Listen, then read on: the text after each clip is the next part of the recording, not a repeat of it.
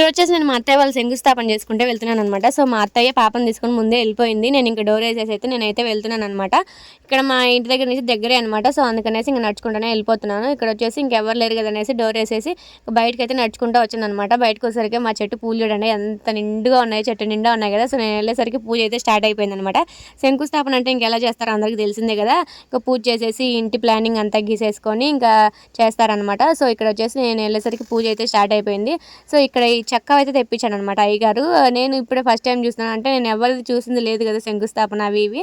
So అవి లోపలైతే పెట్టించి పూజ అయితే చేపిస్తున్నాను అనమాట. అంటే వాటికి ముందే పసుపు పూసి బొట్లు పెట్టించి అన్ని నేను వెళ్ళేసరికి అదంతా అయిపోయింది అనమాట. సో అన్ని బొట్లు పెట్టేసేసి వాటికి కంకణాలకు కట్టేసి ఎదురుగా ఒక పటం పెట్టేసి అన్నీ అయితే పూజలు అంతా చేయించేసాడు అనమాట. ఇక్కడ ప్లానింగ్ కూడా గీసేశారు. సో గీసేసి ఇంకా వచ్చిన వాళ్ళందరికీ నేనైతే పసుపు అయితే పూసేసాను అనమాట. పసుపు పూసిన తర్వాత ఇంకా అందరికీ తాంబూలం అయితే ఇచ్చేసాము. తాంబూలం ఇచ్చేసాము. పూజ అయితే కంప్లీట్ అయిపోయింది. అందరు ఇంటికైతే వెళ్ళిపోయారు అనమాట. ఇక్కడ వచ్చేసి ఇంకా చుట్టూరు 4 మూలలు కూడా కొబ్బరికాయలతో కొట్టిస్తున్నాడు అయ్యగారు. ఇంకా నేను మా పాప కూడా ఇంటికి వెళ్ళిపోయాము.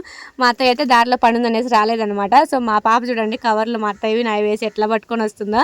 ఆ కవర్ మోయలేకపోతుంది. నేను మోస్తాను ఇవ్వవే అంటే ఇవ్వట్లేదు. సో ఇంక అట్లనే ఇంటి దాకా అయితే తీసుకొచ్చింది అనమాట. సో ఇంటికైతే వచ్చేసాము. మా సైడ్ అయితే శంకుస్థాపన ఇలా చేసుకుంటారు. ఇంకా అందరి సైడ్ ఇట్లానే చేసుకుంటారులే. మాక్సిమం ఇట్లానే ఉంటుంది. సో అంతే ఈ వీడియో నచ్చితే లైక్ చేయండి. మన ఛానల్ కొత్తగా చూసినట్టు సబ్స్క్రైబ్ చేసుకోండి. అంతే వీడియో. Bye guys.